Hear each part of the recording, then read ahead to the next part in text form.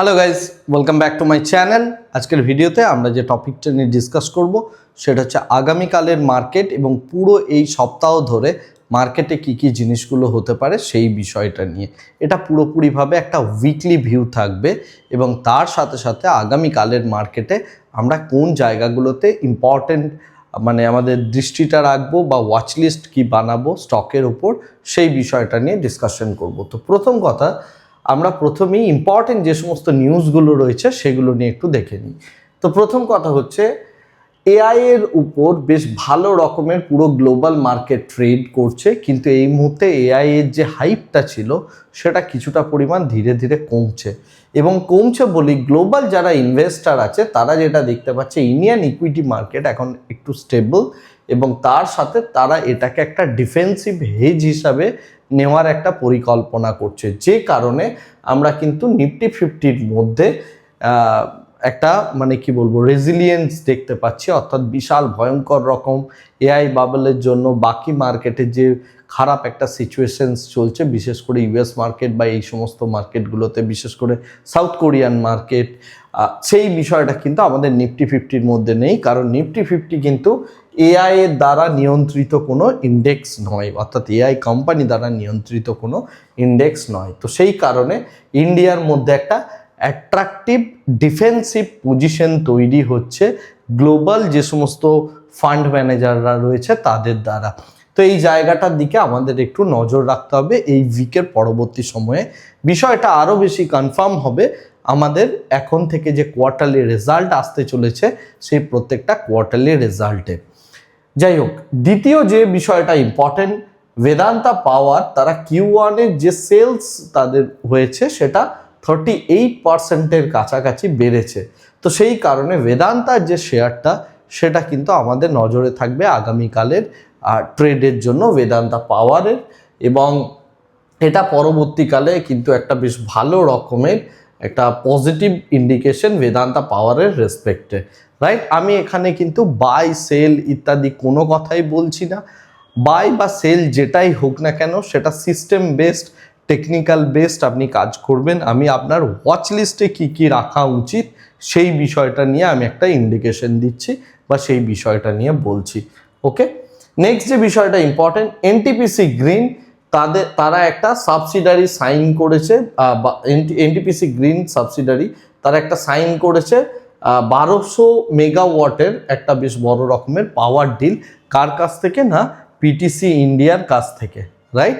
তো সেই কারণে এই শেয়ারটাও আমাদের নজরে থাকবে আগামীকাল সকালে। নেক্সট যে বিষয়টা ইম্পর্টেন্ট সেটা হচ্ছে সিজি পাওয়ার, কারণ সিজি পাওয়ার একটা স্পটলাইটে থাকবে মানডে মর্নিংয়ে। তার কারণ হচ্ছে এখানে কিন্তু একটা বেশ বড় রকমের ইনভেস্টমেন্ট হয়েছে, অর্থাৎ তাদের যে সেমি কন্ডাক্টরের একটা নতুন ফ্যাক্টরির উদ্বোধন হয়েছে। 7,600 কোটি টাকার একটা বড় সেমি কন্ডাক্টর ফ্যাক্টরির উদ্বোধন করেছেন prime minister Narendra Modi, right? তো সেই কারণে সিজি পাওয়ারের যে শেয়ারটা সেটাও কিন্তু আগামীকাল আমাদের ফোকাসে থাকবে।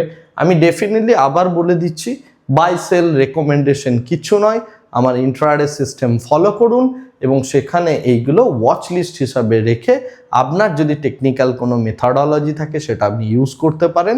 এগুলো ওয়াচ লিস্টে থাকবে, কারণ এখানে বড় রকমের ভোলাটাইল মুভমেন্ট আসার চান্সেস বেশি, আর বড় মুভমেন্ট মানেই ইজিলি আমরা পয়সা অ্যাজ এ ট্রেডার আর্ন করতে পারি। যাই হোক, নেক্সট আমি যে বিষয়টা নিয়ে কথা বলবো সেটা হচ্ছে নিফটির ওপেন ইন্টারেস্ট। তো আগের দিনের যে স্ট্রাকচার তৈরি হয়েছিল তারপরে আমরা যেটা দেখেছি 23,000-এর কাছাকাছি একটা বড় রকমের কল রাইটার প্রেজেন্ট, আর তাছাড়া নিচের দিকে 24,000-এ একটা বড় কল রাইটার প্রেজেন্ট। তো সুতরাং এই মুহূর্তে যদি আমাদের এখানে একটা ন্যারো রেঞ্জের ট্রেড করতে হয় তাহলে যেটা দেখতে পাচ্ছি 23,500 বা 24,300 বা 24,350, এই যে রেঞ্জটা কিন্তু আমাদের এখানে একটা বেশ বড় রকমের রেজিস্ট্যান্স হিসাবে কাজ করবে। আমি একটু ভুল বললাম, এটা 23,000 নয়, এটা 24,300, রাইট? তো 24,300 যে স্ট্রাইক প্রাইস, 24,350, 24,400 এই জায়গাগুলোতে কিন্তু একটা রেজিস্ট্যান্স বিল্ড আপ আমরা দেখতে পাচ্ছি। তো মার্কেট আপাতত মঙ্গলবারের মধ্যে এই জায়গাটাকে কিন্তু ব্রেক করার চান্সেস অনেক কম, রাইট? তো সুতরাং সেই জায়গা থেকে দেখতে গেলে আমরা যেটা কাজ করতে পারি, এই মুহূর্তে একটু দূরের দিকের যারা অপশন সেলার আছেন তারা দূরের দিকের কল সেল করে পয়সা বানাতে পারেন। অবশ্যই সেটা মানে বেয়ার কল স্প্রেড হতে হবে। আর নিচের দিক থেকে বড় রেঞ্জ যেটা রয়েছে সেটা কিন্তু 24,000। তো আমরা এই মুহূর্তে ন্যারো রেঞ্জ বলতে 24,350 থেকে 24,100 এই পোর্শনটাকে আমরা একটা ন্যারো রেঞ্জ হিসাবে ট্রিট করতে পারি। তো এটা হচ্ছে নিফটি পার্সপেক্টিভ থেকে ভিউ। আর আগামীকালের মার্কেটে বুলিশ ট্রেন্ডের জন্য আমাদের 24,300 কল রাইটিং যদি ওয়াইন্ড আপ হয়, অর্থাৎ নিচের দিকে কমতে শুরু করে, তখনই একমাত্র আমরা এখানে বুলিশ ট্রেন্ডের দিকে যাব।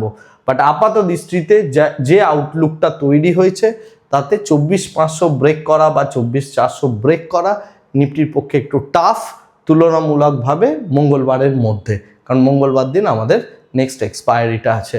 তো এটা থাকবে আমার নিফটি পার্সপেক্টিভ থেকে ভিউ। নেক্সট যে বিষয়টা ইম্পর্টেন্ট, আমি এখানে কর্পোরেট অ্যাকশন এই সপ্তাহে কি কি আসতে চলেছে সেটার একটা বড় লিস্ট দিলাম, এবং কোন শেয়ারের কি ডেট আছে অর্থাৎ ডিভিডেন্ড ডেট ইত্যাদি বিষয়গুলো, সেইগুলো সমস্ত কিছু এখানে আমি অলরেডি দিয়েছি। আপনি চাইলে ভিডিওটা পজ করে একটা স্ক্রিনশট নিতে পারেন, যেখানে আপনি প্রত্যেকটা কোম্পানি এবং তার সাথে কোন ডেটে কে ডিভিডেন্ড দিচ্ছে সেই ইনফরমেশনটা আপনার কাছে একদম সম্পূর্ণভাবে আপনার ফিঙ্গার টিপসের মধ্যে থাকবে, রাইট? নেক্সট যে বিষয়টা ইম্পর্টেন্ট সেটা হচ্ছে কোয়ার্টারলি রেজাল্ট।